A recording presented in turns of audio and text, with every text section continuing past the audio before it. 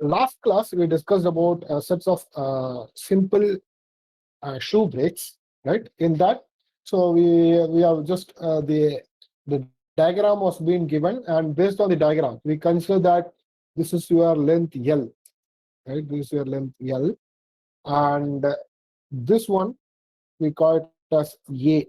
So distance from the hinge point or fulcrum to the center point of your brake shoe, right? I will consider that as A. And the distance from the fulcrum to the force where you apply the brake, that we consider as L, right? And there are three cases. Case one, if the friction force, so this is where friction force, which is mu into Rn, and this is my reaction force Rn, right? If this friction force is coinciding with the hinge point of the R fulcrum, then what happens? That is case one. Case two, if this fulcrum is below, right, below at a particular distance. For example, you have something like this, right? So there is an extension here. So there is an extension, sorry. I'll use some other color. So let me consider you have an extension here, right? And this is my point, fulcrum point. In that case, there is a distance now. So the distance from here to here, we call this as B. We call it as B, right? In that case, what happens? That is case two, right? And case three, there's one more case. So what happens if your brake shoe is more? So for example, your shoe is somewhat increased like this, right? So here is what your friction now. From here to here, this also we call it as B, right? We call this as B. In that case, what happens, right? And of course, what happens when the drum is rotating in clockwise and when the drum is rotating in anti-clockwise. So these are the sets of formulas related to that. We identified what is the torque. Torque is mu into Rn into R. And the condition. So when the friction force passes through the pivot, and if the drum rotates in anti-clockwise, your formula will be Rn is equal to PL by A. So when it is rotating in clockwise, again, there is no change in the formula. You will get the same formula, right? When the friction force is at a distance of B below the fulcrum, your friction force is below the fulcrum. In that case, when the drum is rotating in anti-clockwise, your Rm will be PL by A minus mu B.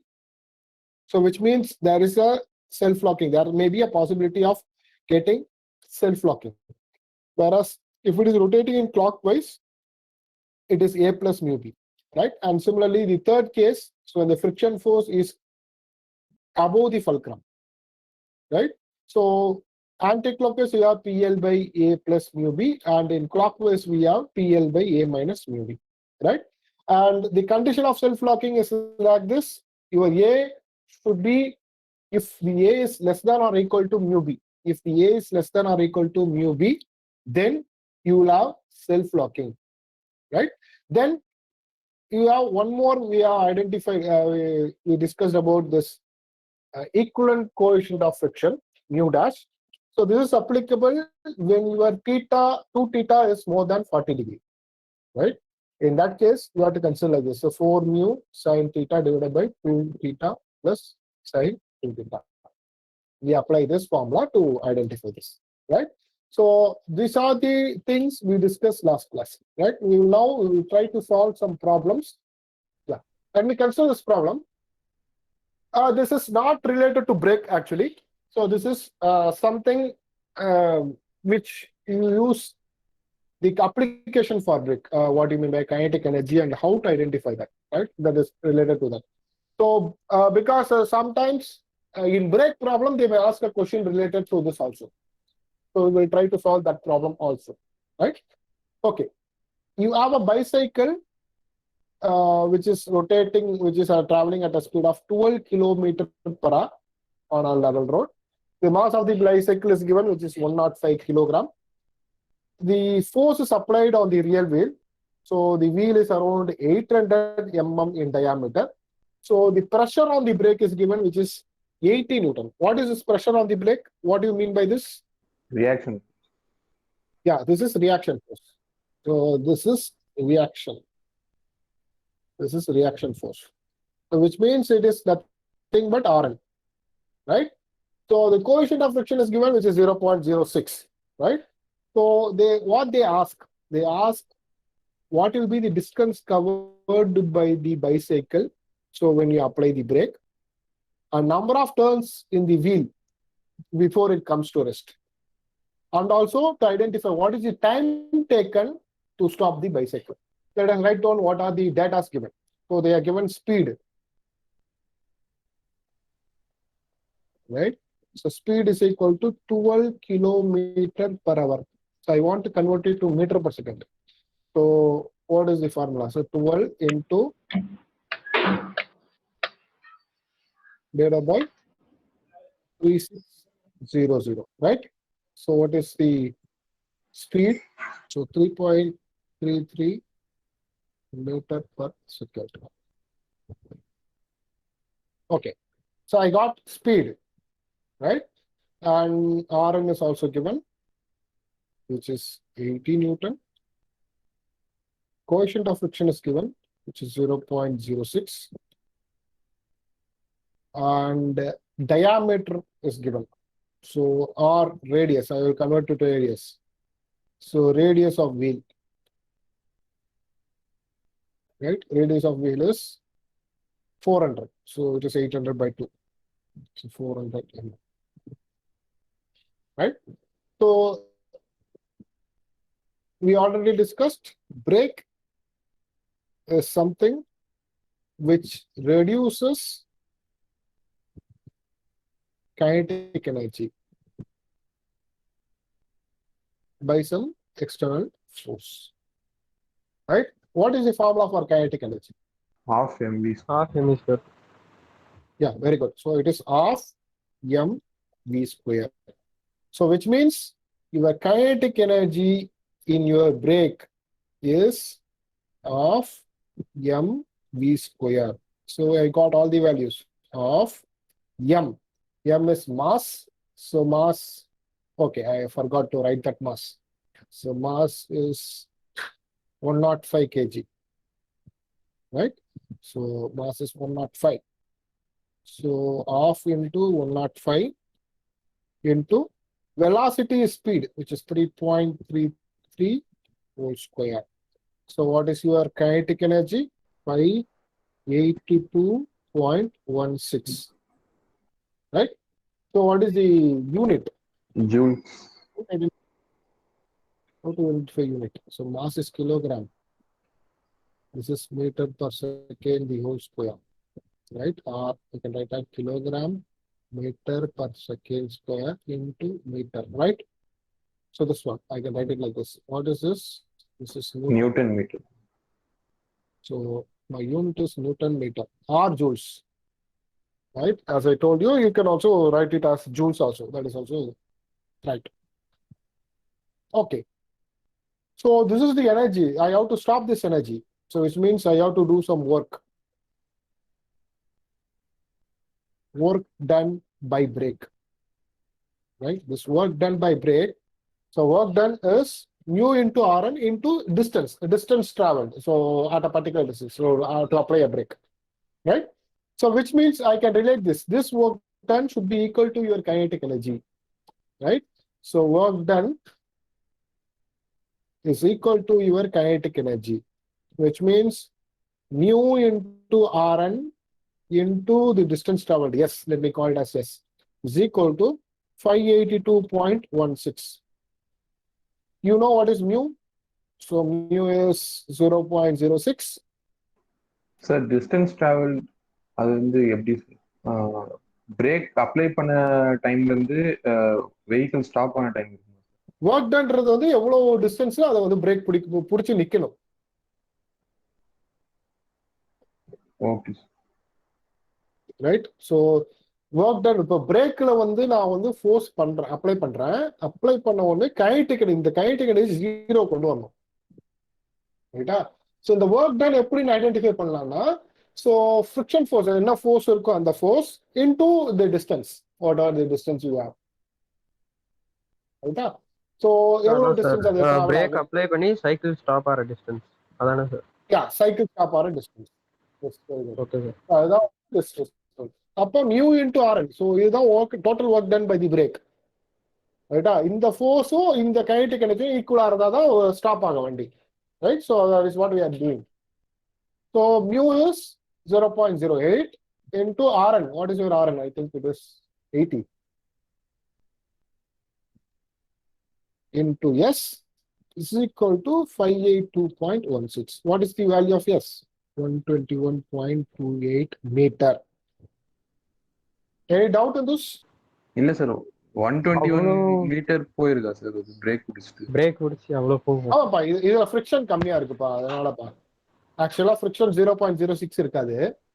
O okay sir. Okay. So it is 0.3 அந்த மாதிரி இருக்கும். Problem ஷேக்காக அப்படி இருக்கா sir?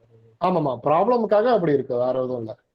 Okay, so we identify the distance traveled. Now I want to identify what is the time taken or what is the number of revolution. First number of revolution பார்ப்போம். Right, how to identify the number of revolution. You have a wheel here. So if this wheel has to travel at a distance of 2 pi r,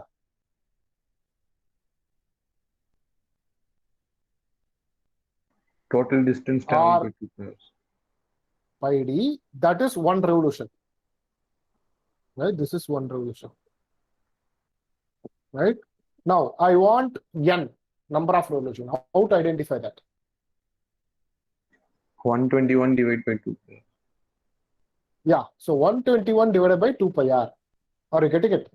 So number of revolution is equal to, right, so 121.28 divided by 2 pi r, right, which is equal to 121.28 divided by 2 pi into r is 400. Right, r is 400. Yes, r is 400. So what is your n? So 48.25 revolutions. Any doubt in this? Okay, now we have to identify what is the time taken to stop the bicycle. Right? What is the time taken to stop the bicycle? So I'm just recalling whatever you studied in last year. Okay, so to identify that, right, we know distance,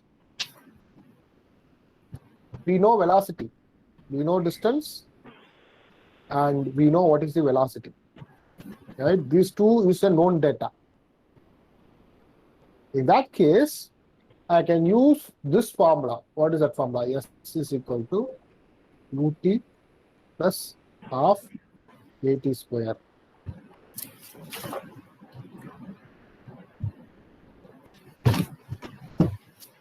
Right, so we can apply this formula. Okay, and of course, to identify what is the acceleration, we know. So v is equal to u plus at. Right, we can also apply this. Sorry, I think instead of this, I can able to, no, both are unknown data sets. Right, we can use this formula to identify what is the value of your time. Or let me write all the formula. So we know that v square is equal to u square plus 2as. Right, these are the three sets of formulas we have.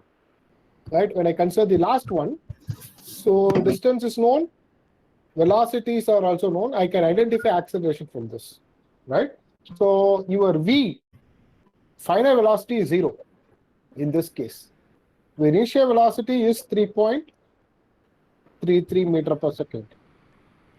Your distance traveled is, I think it is 121.28. So I can apply in this formula. So 0 is equal to 3.33 the whole square plus 2 into a into s, 121.28. So what is your acceleration? Right, so this is the acceleration we are achieving. So Sir, actually negative indicates that, Yeah, negative indicates there is retardation. So instead of Okay. acceleration, we call this as retardation. Right? We don't call that as acceleration, right? Because negative. Okay. Now I can use this to identify what is your time. Right? Either I can use this formula also instead of this. I think this is more irrelevant data. You have to identify in terms of t square. Better you can use this second one. V is equal to u plus at. Let us apply that. So V is equal to u plus at. V again, it is 0.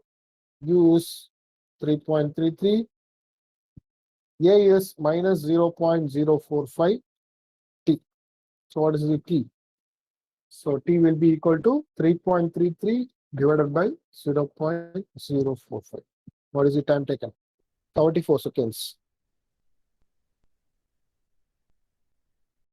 Let me consider here. You have a brake drum. So brake drum, which is rotating at 500 RPM in anti-clockwise direction. The diameter of the drum is given, which is 40 mm. So the figure is given. The force required for the drum is 300 Newton. Angle of contact is 30 degree. And meter, L is 1 meter. All the data are given. They're asking you to identify what is the braking torque, what will be the value of D for self-locking of the brake, right? And what happens to the braking torque if the angle of contact is increased to 45 degree. So instead of 30 degree, if the angle of contact is increased to 45 degree, what will happen to the braking torque, right? Will the effort applied to the brake is less?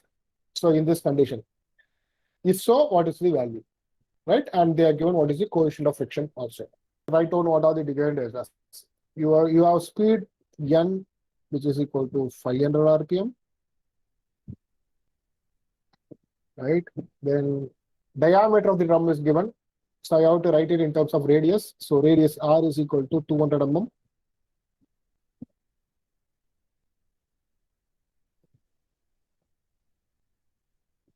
Force is given T.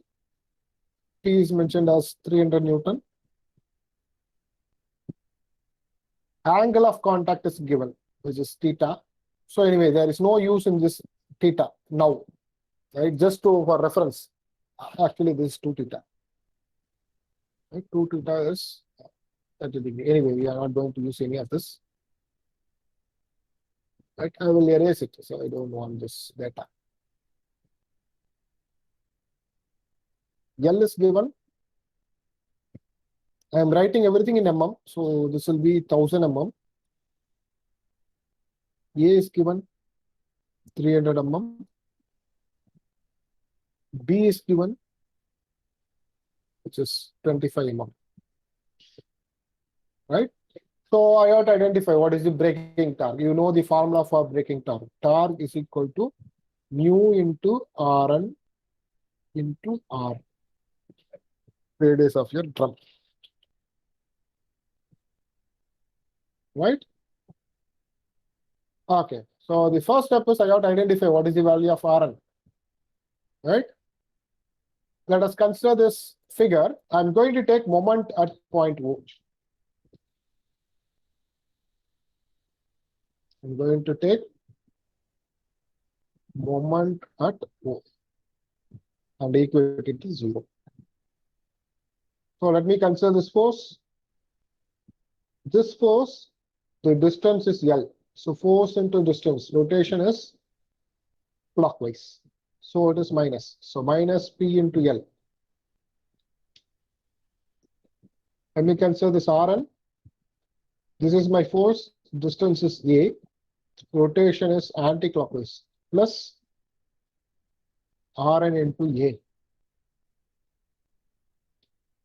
This one, rotation is clockwise. It is rotating in clockwise. So minus mu into Rn into B is equal to 0. Right? So in this, my aim is to identify Rn, so not P. Sir, should we not use the formula directly, sir? Yes, you can use that also. But it is better to write it like this instead of doing it as a direct formula, because sometimes it will confuse you, right? So better you understand the concept, you do it directly instead of going for the formula. Yeah, so my aim is to identify Rn, right? So I will change it accordingly. So what I will get? So I will get Rn into A minus mu B is equal to P into L, right? So what is the Rn? We substitute all the values which is known. So you know P value, so P value is 300, L is 1000 divided by A. So A is 300 minus mu is 0.3 into B. So B is 25. So what is your Rn? 1025.6 Newton. So now I got what is my Rn. Now I can identify torque. Torque is equal to mu into Rn into radius R. Is equal to 0.3 into 1025.6 into R. R is 200.